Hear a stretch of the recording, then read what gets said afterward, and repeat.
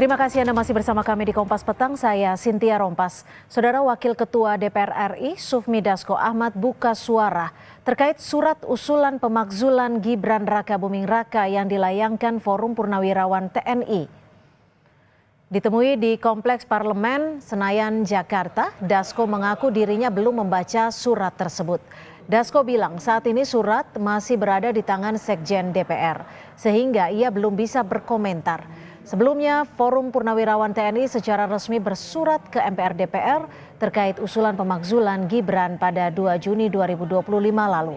Salah satu poin yang disematkan mengenai proses pencalonan Gibran Rakabuming Raka yang dinilai tidak lepas dari intervensi relasi keluarga lewat Hakim Mahkamah Konstitusi Anwar Usman. Menerima surat Forum Purnawirawan TNI soal pemakzulan Wapres Gibran itu katanya kan akan diteruskan ke pimpinan DPR. Iya, ini kan kebetulan reses. Saya kan datang, Pak Sekjennya juga nggak ada. Saya pengen lihat suratnya masih di Sekjen, jadi belum sempat baca. Jadi kesini buat lihat surat itu? Enggak, saya kan tanda tangan surat-surat, terus saya bilang, itu katanya ada surat dari forum gitu. Oh, masih di Sekjen, Pak. Sekjennya lagi keluar. Tapi kalau tanggapannya gimana Bang dari Abang sebagai pimpinan Gerindra? Belum baca, gimana nanggapin itu. Menanggapi surat usulan pemakzulan Wapres Gibran oleh Forum Purnawirawan TNI ke DPR, relawan Jokowi Projo menilai hal tersebut merupakan aspirasi biasa. Selain itu, Projo menekankan tidak ada aspek pelanggaran hukum yang dilakukan Gibran untuk dijadikan alasan pemakzulan. Secara substansi, yaitu pemakzulan Gibran sebagai Wapres, konstitusi kita sudah mengaturnya. Ya, kami melihat ada dua hal. Pertama secara hukum dan secara politis. Secara hukum tentu konstitusi sudah mengatur bahwa harus adanya pelanggaran hukum, baik pengkhianatan terhadap negara, tindak pidana berat lainnya, dan lain sebagainya. Kita semua tahu bahwa sampai saat ini Gibran sebagai Wapres tidak pernah melakukan tindak pidana, apalagi terbukti melakukan tindak pidana. Oleh karena itu, ya, dari sisi hukum, dari sisi konstitusi, kami rasa ini masih sangat jauh. Mengatasnamakan Forum Purnawirawan, iya, menurut saya ya. Karena Forum Purnawirawan sendiri itu tadi tidak menyampaikan seperti itu. Presiden sangat bijak bahwa sesuaikan dengan jalur konstitusional saja, karena tidak bisa seorang presiden menjawab seperti itu. Menanggapi desakan sang putra dimakzulkan, Presiden ke-7 Jokowi sebelumnya menganggap hal tersebut merupakan sebuah aspirasi dan usulan di negara demokrasi. Iya, itu sebuah aspirasi, buah usulan ya boleh-boleh saja dalam negara demokrasi seperti kita. Semua orang sudah tahu bahwa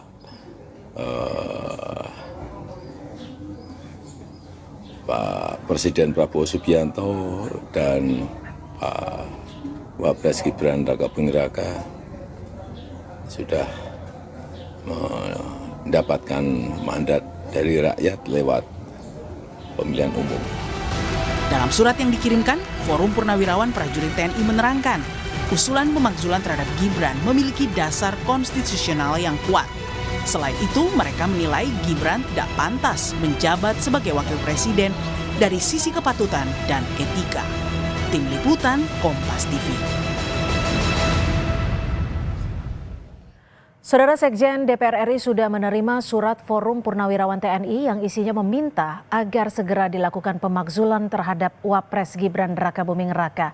Apakah usulan pemakzulan ini memiliki dasar yang kuat? Sudah bersama saya di studio Ketua Umum Solidaritas Merah Putih, sudah ada Bang Silvester Matutina dan juga Direktur Eksekutif Lingkar Madani, Bang Ray Rangkuti melalui sambungan Zoom. Selamat petang Bang Ray di ujung sana dan selamat petang Bang Silvester. Selamat sore Bang Ray. Selamat sore Bung. Ya, selamat sore.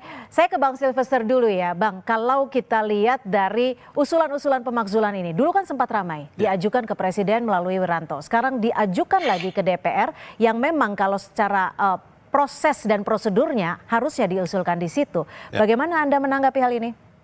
Ya, saya secara pribadi bangga ya. Berarti para purnawirawan ini akhirnya mengikuti saran saya untuk legislatif. Maksudnya. Oh, pernah menyarankan ya, ini? saya pernah menyarankan. Dan mereka melakukan itu. Dan saya juga secara pribadi menghargai. Ya kan, ini bagian dari demokrasi, ya kan. Ya sah-sah saja. Tapi apakah ini berguna buat bangsa kita? Ya harus kita pertanyakan kembali. Karena yang saya lihat saat ini sangat tidak mendesak ya, atau tidak ada urgensi ataupun tidak ada fakta-fakta hukum dan konstitusi yang dilanggar oleh baik Pak Prabowo dan Mas Gibran. Ya kan? Jadi tapi kan disebut di situ ada cacat hukum saat makanya. Pemilihan. Saat apa ya proses? Makanya harus juga sama-sama kita pelajari benar-benar catat hukumnya tuh di mana. Sedangkan kalau kita lihat hasil putusan MK nomor 90 itu sudah dinyatakan jelas-jelas adalah final and binding. Gitu loh. Tidak bisa lagi siapapun di Republik ini untuk naik lagi untuk menggugat itu. Udah nggak bisa gitu loh. Tapi terus yang kedua kan terbukti kembali lagi sekarang masalah putusan MK mengenai etika. Itu kan berlaku untuk Anwar Usman sebagai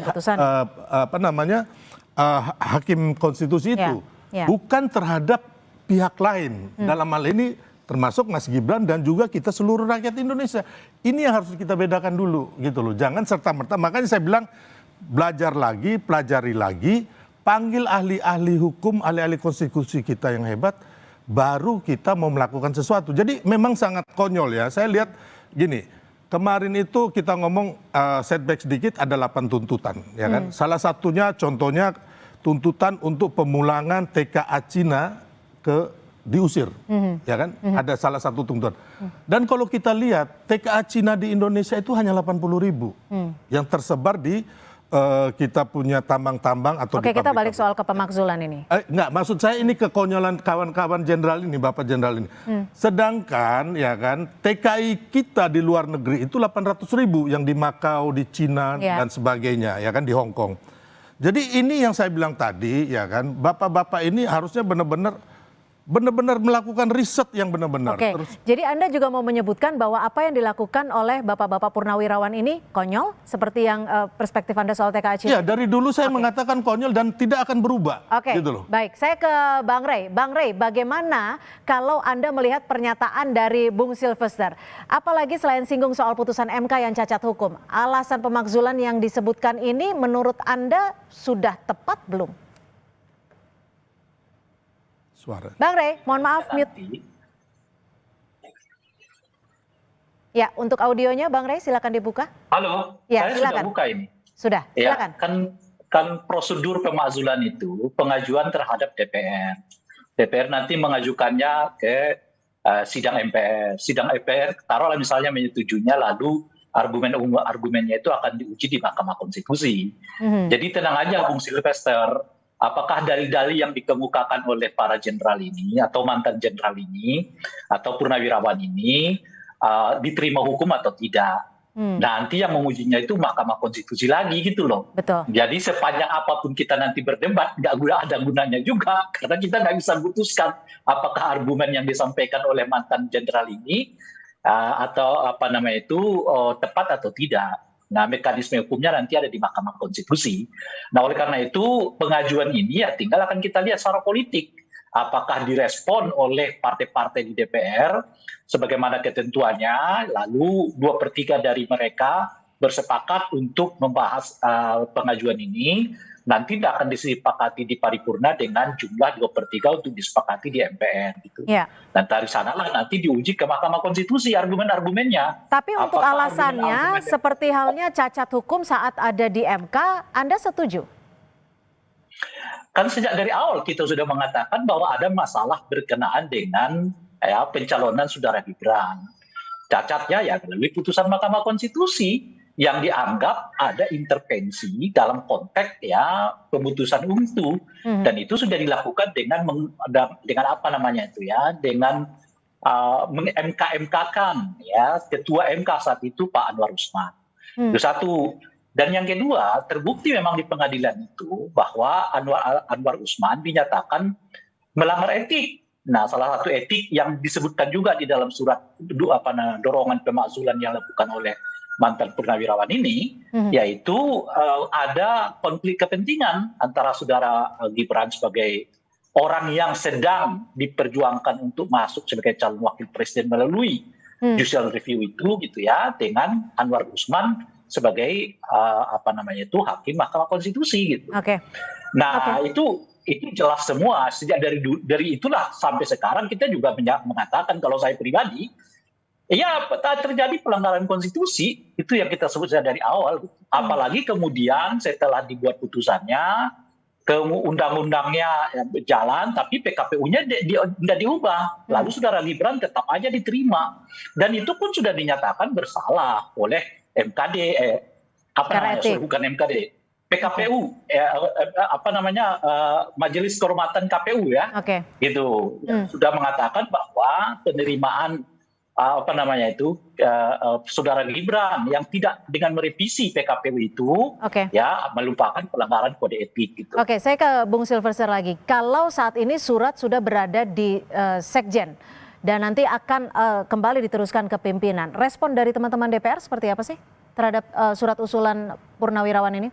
Ya, kalau saya lihat sih belum terlalu merespon karena mereka juga belum baru disampaikan ke Sekjen DPR sama MPR, belum sampai naik ke pimpinan DPR maupun MPR ya. Jadi saya bilang masih terlalu dini. Tapi kalau saya tidak sepakat ya, mungkin dengan teman-teman kayak Bang Rey dan teman-teman yang kemarin mengatakan bahwa ada cacat hukum, menurut saya sih nggak ada cacat hukum, hanya kan secara etika. Tapi itu kan putusan MK itu mengenai pelanggaran etika itu kan hanya menyasar Pak Anwar Usman sebagai hakim konstitusi.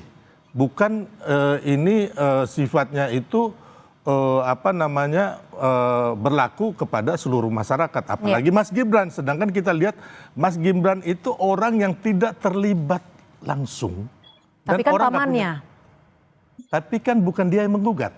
Yang menggugat itu adalah 21 pihak 8 bulan sebelum putusan MK 90. Nah, ini kita harus tahu dulu kronologi sejarahnya. Jadi nggak bisa asal menuduh bahwa, makanya saya bilang tidak ada bukti-bukti yang mengatakan bahwa Gibran ikut dalam gugatan itu atau melakukan intervensi atau mendanai atau apa, itu belum ada gitu loh, tidak ada. Jadi 8 bulan sebelum Gibran, bahkan Gibran ini belum masuk radar sebagai cawapresnya Pak Prabowo. Gitu loh. 21 pihak anak-anak muda itu antara dari PSI, terus Wakil Gubernur Jawa Timur Emil Dardak, terus Wali Kota Padang, Bupati Lampung Selatan. Ini kan anak-anak muda yang mereka memang menggugat karena keinginannya mereka untuk mereka ikut berpartisipasi membangun bangsa gitu loh. Gimana Bang Rey? Secara secara kekuatan menurut Bung Silverster tidak akan kuat karena sebenarnya kan prosesnya untuk pemakzulan ini melalui DPR dulu, itu pun harus mencapai kuota quorum, kemudian akan dibuktikan lagi pemeriksaan di MK untuk verifikasi. Ya. Nah, jadi saya menanggapi dua dulu ya. Pertama soal kerugian ya. Kerugiannya bagi bangsa Indonesia adalah ya seperti yang kita alami saat ini kan. Ada orang yang menganggap bahwa proses pencalonan saudara Gibran itu melanggar konstitusi. Nah itu jadi kerugian perdebatan kita sampai saat ini kan, nggak clear tuh. Oleh karena itu mau diuji melalui proses politik. Salah satunya adalah permintaan untuk saudara DPR untuk memakzulkan saudara Gibran. Tapi maaf Bang Rey, saya potong. Kalau kita kalau di DPR ini, nanti kan usulan ini masuk di DPR, namun ada syaratnya juga, minimal 2/3 anggota harus hadir, dalam artian kuota quorum. Nah tapi kan hampir 80% ini koalisinya pendukung Gibran di DPR. Ini politik. Ini politik. Jadi yang menarik sebetulnya dari peristiwa ini, ya, karena kita belum mendengar penolakan yang kuat, ketat ya dari para pendukung koalisinya Gibran terkait dengan masalah ini. Bahkan Presiden sekalipun seperti tidak memberi sinyal bahwa yang beliau menolak rencana keinginan dari para purnawirawan untuk mengajukan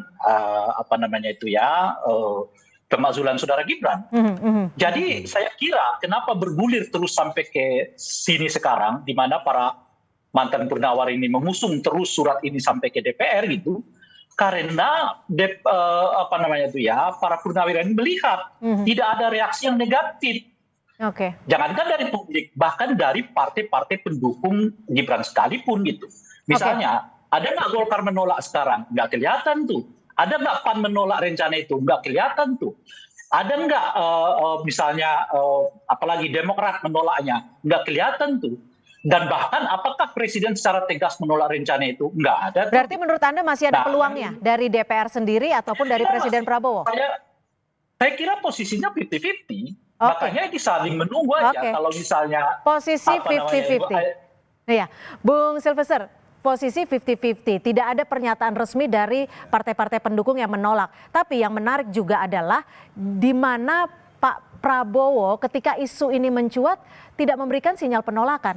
Duduk di samping Pak Tri Sutrisno. Kemarin saat hari lahir Pancasila juga bersama dengan Pak Tri Sutrisno yang salah satu yang mendukung dengan usulan ini. Ya, jadi gini, Pak Tri Sutrisno kan satu orang tua senior yang digait lah sama para purnawirawan jenderal. Tapi kalau kita melihat, mungkin itu tadi dari kacamata Bang Rey ya. Kalau dari kacamata kami sebagai pendukung pemerintah, saya melihat bahwa Pak Prabowo tidak menggubris para purnawirawan jenderal itu. Contohnya, Pak Prabowo tidak pernah menemui mereka.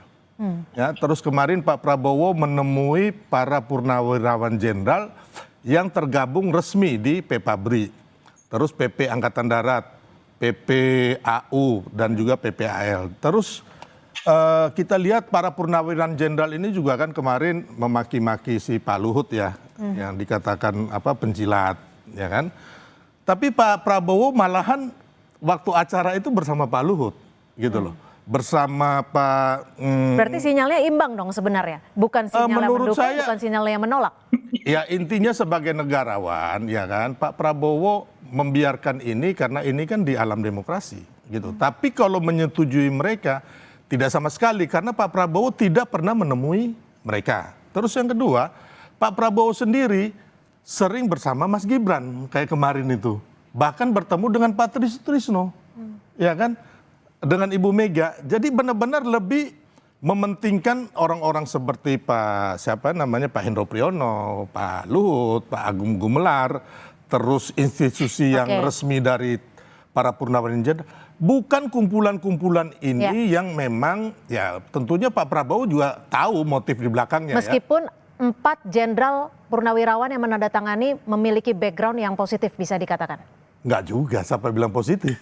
Kan mereka juga pendukung dari orang yang kalah Pilpres kemarin, gitu loh.